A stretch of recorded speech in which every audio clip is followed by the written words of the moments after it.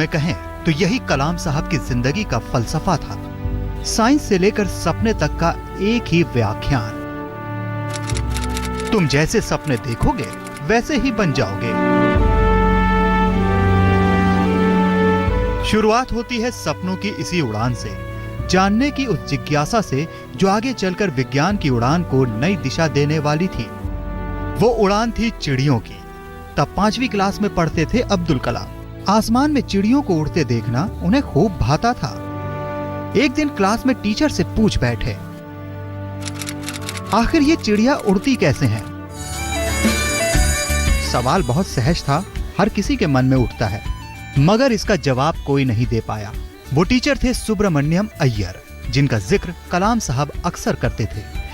Aerospace technology के क्षेत्र में आने की प्रेरणा उन्हीं को बताते थे। कलाम साहब के मुताबिक उनके सवाल का जवाब समझाने के लिए सुब्रमण्यम अय्यर पूरी क्लास के बच्चों को समुद्र के किनारे ले गए और उड़ते हुए पक्षियों को दिखाकर पूरी तकनीक बताई। इसके पीछे पक्षियों के शरीर की बनावट भी विस्तार से बताई। नन्हे कलाम को उस दिन सिर्फ अपने सवाल का जवाब नहीं मिला, बल्कि मासूम आंखों को एक सपना भी मिल गया। उड़ान का सम्मोहन उनकी जिंदगी में हमेशा हमेशा के लिए बस गया। लेकिन वो सपना सच कैसे होता? हालात तो ऐसे थे कि पतंग भी बड़ी मुश्किल से उड़ाने को मिलती।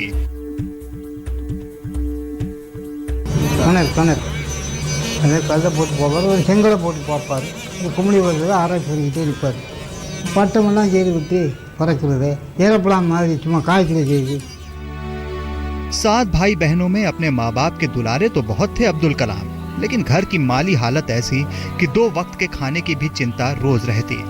नन्हे कलाम को रोटियां खाना बेहद पसंद था, जबकि उस इलाके में चावल की फसल ज्यादा होती थी। लेकिन माँ उनके लिए 2 रोटियों का इंतजाम रोज करती। एक दिन माँ ने अपने हिस्से की रोटी उन्हें परोस दी। अब्दुल कलाम को ये बात भाई से पता चली तो बेहद भावुक हुए। माँ से पहले खाना उन्हें फिर भी गवारा नहीं हुआ। 10-12 साल के होते होते अब्दुल कलाम को अपनी जिम्मेदारियों का एहसास पूरा हो गया था। पिता जैनुल आबदीन पेशे से नाविक थे। रामेश्वरम आने जाने वाले तीर्थयात्रियों को नाव किराए पर देते थे, लेकिन चक्रवात में वो नाव भी टूट गई। पढ़ाई जारी रखने के साथ घर में आमद भी बनी रहे, इसके लिए साइकिल से अखबार बेचते। इसी दौरान वो पूरा अखबार भी पढ़ जाते। पढ़ने की ललक इतनी कि रोज सुबह 4 बजे ही उठ जाते और नहाकर गणित का ट्यूशन पढ़ने जाते। सुबह सुबह नहाने की वजह ये थी कि गणित के शिक्षक उन्हीं 5 बच्चों को मुफ्त में पढ़ाते थे जो सुबह 4 बजे नहा कर आते थे। 5 बजे ट्यूशन से लौटने के बाद अब्दुल कलाम घर से 3 किलोमीटर दूर धनुषकौड़ी रेलवे स्टेशन जाते, वहां से अखबार ले आते और घूम घूम कर बेचते। अखबार बेचने के बाद तैयार होकर स्कूल जाते। शाम को लौटते तो अखबार के पैसों की वसूली के लिए जाते। थकान को कभी अपने सपनों की उड़ान के आड़े आने ही नहीं दिया। जब मैं घर घर अखबार बांटकर वापस आता था तो माँ के हाथ का नाश्ता तैयार मिलता। पढ़ाई के प्रति मेरे रुझान को देखते हुए मेरी माँ ने मेरे लिए छोटा सा लैंप खरीदा था, जिससे मैं रात को 11 बजे तक पढ़ सकता था। पढ़ाई के साथ पक्षियों की उड़ान से जगा सपना हमेशा युवा अब्दुल कलाम की आंखों में तैरता रहा। तब वो एयरफोर्स में भर्ती होना चाहते थे। ख्वाहिश थी पायलट बनने की, लेकिन ये पूरी नहीं हुई। भर्ती 8 लोगों की होनी थी, लेकिन टेस्ट में अब्दुल कलाम का नंबर 9 आया। सपना पूरा नहीं हुआ, मगर उस नाकामी के बाद भी उड़ान का जोश दोगुना हो गया। आज तक ब्यूरो। अब की पीढ़ी से पूछिएगा तो कहेगा जी सपने तो देखने चाहिए, लेकिन कलाम साहब कहते थे सपना वो नहीं जो नींद में आए, बल्कि सपना तो वो है जो नींद ही ना आने दे। युवा अब्दुल कलाम का सपना नींद का सपना नहीं बल्कि जागती आंखों का सच था। एक ऐसा सच जिसके लिए संघर्ष चाहिए, पढ़ाई, विज्ञान की ललक, लगन, सब कुछ चाहिए। मद्रास इंस्टीट्यूट ऑफ टेक्नोलॉजी 3 रात तक जगकर अपनी थीसिस पूरी की क्योंकि स्कॉलरशिप मिल सके। स्थिति इतनी बार नहीं है। डिग्री मिली तो उसके बाद स्पेस साइंस की दिशा में बढ़ते हुए, लेकिन सवाल इतना भर नहीं है। आसमान सामने खड़ा था लेकिन पांव जमीन से हिल नहीं रहे थे। डॉक्टर कलाम का मतलब यही था।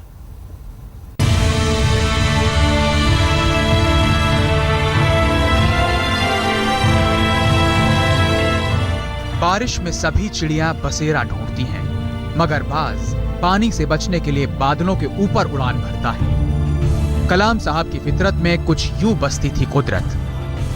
विज्ञान की बुलंदियां इन्हीं दलीलों से हासिल की गईं। हौसले की उड़ान कुछ ऐसे ही तय की गई। देश के पहले स्पेस लॉन्च व्हीकल से लेकर परमाणु परीक्षण और 5000 किलोमीटर की दूरी तक मार करने वाली अग्नि मिसाइल तक कामयाबियां तमाम हैं कलाम साहब के नाम, मगर इन्हें हासिल करने का जज्बा इंसानी इच्छा शक्ति की मिसाल बन गया। शुरुआत होती है 1960 से, जब युवा सपनों को आकार देने के लिए अब्दुल कलाम दिल्ली आए और रक्षा मंत्रालय के तकनीकी विकास और अनुसंधान विभाग में बतौर वरिष्ठ वैज्ञानिक का कार्यभार संभाला। इस दौरान उन्होंने सेना के लिए छोटा हेलीकॉप्टर डिजाइन किया, सुपरसोनिक लक्ष्य भेदी विमान का खाका तैयार किया। सपनों की वही उड़ान 1969 में नया मोड़ लेती है, जब अब्दुल कलाम इसरो में देश के पहले स्पेस लॉन्च व्हीकल प्रोजेक्ट के डायरेक्टर बनाकर भेजे गए। तब अंतरिक्ष अनुसंधान संस्थान नया ही बना था। अब्दुल कलाम के साथ तमाम वैज्ञानिक रॉकेट और प्रोजेक्ट के दूसरे सामान साइकिल और बैलगाड़ियों से साइट तक ले जाते थे। 70 के पूरे दशक में सपनों के लिए संघर्ष कुछ ऐसे ही चला। राजा रमन्ना जैसे सीनियर के साथ वो पहले परमाणु परीक्षण के गवाह बने। देश के पहले बैलिस्टिक मिसाइल प्रोजेक्ट को डायरेक्ट किया। कामयाबी की पहली उड़ान 1980 में भरी, जब रोहिणी नाम का सैटेलाइट धरती की कक्षा के करीब स्थापित कर दिया। कलाम साहब की उस कामयाबी से तत्कालीन प्रधानमंत्री इंदिरा गांधी खासी प्रभावित हुईं। उन्हीं की सलाह पर एडवांस और गाइडेड मिसाइल प्रोजेक्ट पर काम शुरू हुआ।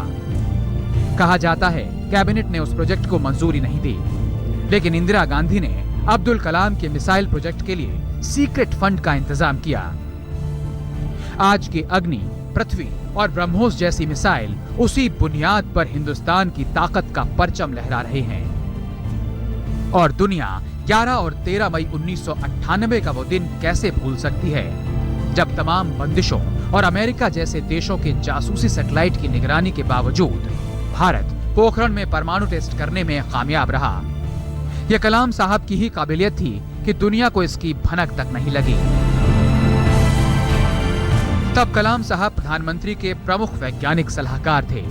हालांकि तत्कालीन प्रधानमंत्री अटल बिहारी वाजपेयी ने उन्हें मंत्री बनने का ऑफर दिया था, लेकिन कलाम साहब ने मना कर दिया। उनकी योजना तो देश को परमाणु ताकत के आधुनिक पहलुओं से लैस करने की थी। मार्च 1998 में वो पूरे प्रोजेक्ट के साथ पीएम से मिले और न्यूक्लियर मिसाइल प्रोग्राम के बारे में जानकारी दी। उसी मुलाकात में परमाणु परीक्षण को मंजूरी मिल गई। प्रोजेक्ट का नाम दिया गया ऑपरेशन शक्ति। कलाम का कोड नेम रखा गया मेजर पृथ्वीराज। टेस्ट की तैयारियों के साथ एक चुनौती और भी थी, अमेरिकी सैटेलाइट को भनक नहीं लगने देने की। इसके लिए कलाम साहब अपनी टीम के साथ रात में काम करते, पोखरण साइट पर आने जाने के लिए अलग रास्तों का इस्तेमाल किया करते। टेस्ट से पहले अमेरिका के जासूसी उपग्रहों को गुमराह करने के लिए पोखरण से दूर अलग इलाके में सेना की गतिविधियां बढ़वा दी, ताकि जासूसी उपग्रहों का ध्यान उधर चला जाए। 11 मई को पहले टेस्ट और 13 मई को 3 और टेस्ट तक दुनिया को भनक तक नहीं लगी, और जब लगी तब तक कलाम पूरे हिंदुस्तान की परमाणु शक्ति के नायक बन चुके थे। रविन्द्रनाथ टैगोर थे जिन्होंने महात्मा गांधी को महात्मा शब्द से अलंकृत किया था, लेकिन इस दौर में आप किस शब्द के साथ डॉक्टर कलाम का नाम जोड़ेंगे, जो भी तय कीजिए। लेकिन कामयाबियां उनके पीछे थी, एक के बाद एक फेरिस्त के जरिए जुड़ती चली गई। लेकिन उनके पास क्या था? ना अपना घर, ना अपनी खरीदी जमीन, ना कोई गाड़ी। राष्ट्रपति बनने के बाद जो भी था वह भी दान में दे दिया। 2 सूटकेस के साथ राष्ट्रपति भवन आए थे और यूं ही चले गए। देश के संवैधानिक प्रमुख रहे शख्स की जिंदगी में सादगी की यह मिसाल किस रूप में कैसे चलती चली गई, देखिए जरा।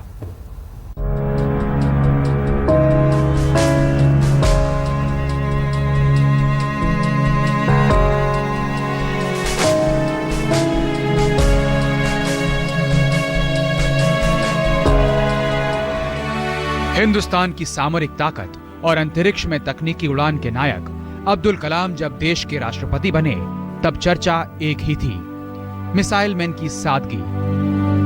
देश के लिए समर्पण तो दुनिया पहले ही देख चुकी थी। सुर्खियों में थी सादगी। वो सादगी उनकी पूरी शख्सियत में दिखती थी। मगर ये कहानी तो तब शायद ही किसी को पता चली। जब राष्ट्रपति बने तो 2 सूटकेस लेकर राष्ट्रपति भवन में आए थे, और जब राष्ट्रपति भवन से वापस गए तो हमेशा ये कहते थे कि 2 सूटकेस हैं और मेरी किताबें हैं। और जब राष्ट्रपति बने 2002 में तो मिलिट्री की कई ट्रक्स और वैन्स और ये सब एशियाड विलेज गए, जहां वो रुकते उस टाइम रहते थे as scientific adviser to government of India. तो वो लोग समझे कि राष्ट्रपति मूव कर रहे हैं तो बहुत कुछ सामान होगा, तो उन्होंने कहा भाई आप लोगों ने क्यों तकलीफ की, मेरे पास तो सिर्फ 2 सूटकेस हैं जो कार में रख के चले जाएंगे। राष्ट्रपति भवन में 2 सूटकेस के साथ आए और 5 साल बाद इसी तरह विदा भी हुए कलाम साहब। लेकिन अपने साथ कई चीजें बदल गए राष्ट्रपति भवन में। 75 साल पुराने किचन के पुराने बर्तनों को सहेजकर किचन म्यूजियम बनवाया। अशोक हॉल को नए सिरे से सुसज्जित किया। बच्चों से आए तोहफों को सहेजकर अलग संग्रहालय बनाया। मुगल गार्डन की सैर करने वालों के लिए पानी और स्नैक्स का इंतजाम कराया। वो बदलाव आज भी दिखता है। खानसामे से लेकर बटलर तक कलाम साहब की वो सादगी याद करता है कि हम लोगों के अपने 5 साल उनके साथ रहे। हाँ। तभी हमें महसूस नहीं हुआ कि हम प्रेसिडेंट ऑफ इंडिया के पास नौकरी कर रहे हैं। अच्छा। उनका नेचर ऐसा था, हमको उन्होंने ऐसा रखा था अपने कोई मदर फादर अपने बच्चों को अपने पास रखते हैं। हमारे बच्चों को भी अच्छी तरह जानते थे वो। अच्छा। हमारे बच्चे बहुत लाइक करते थे। जब हमने कल सुना तो पूरी रात बच्चे न सो पाए न हम सो पाए। सादा जीवन उच्च विचार की जीती जागती मिसाल बने रहे कलाम साहब। राष्ट्रपति बनने के बाद तो अपनी बची खुची संपत्ति भी दान कर दी। इसकी दलील दी, अब मैं राष्ट्रपति बन गया हूं, मेरी देखभाल तो आजीवन अब सरकार करेगी, अब मैं अपनी बचत और वेतन का क्या करूंगा। जब तक राष्ट्रपति भवन में रहे कलाम साहब, मिलने आने वाले करीबियों और रिश्तेदारों पर खर्च अपना किया। राष्ट्रपति भवन के स्टाफ को ये कहा कि इन सबका खर्चा मैं पे करूंगा, इनका जो बिलिंग हो आप मेरे ऊपर करिएगा, मेरे मेहमान हैं। राष्ट्रपति भवन की गाड़ियां उनको लेने नहीं गई, उन्होंने टैक्सीज अरेंज की as Rashtrapati of Bharat, as president of India he arrange taxis for ferrying his relatives from station to Rashtrapati Bhavan. कलाम साहब की सादगी का एक पहलू और था, राष्ट्रपति भवन के पशु पक्षियों से खास लगाव। मोर से लेकर घोड़ों तक इलाज खुद खड़े रहकर कराया। सेना के कैवेलरी डिवीजन के एक घोड़े को आंख से दिखना बंद हुआ तो वेटनरी स्पेशलिस्ट से उसका ऑपरेशन कराया। एक मोर का पांव टूट गया तो उसकी प्लास्टर पट्टी करवाई। 2007 में राष्ट्रपति के तौर पर कार्यकाल खत्म होने के बाद उन्होंने खुद को बच्चों और युवाओं के लिए समर्पित कर दिया। और होनी देखिए, मौत भी आई तो उन्हीं युवाओं के बीच जिनकी ऊर्जा वो 84 की उम्र में भी महसूस करते थे।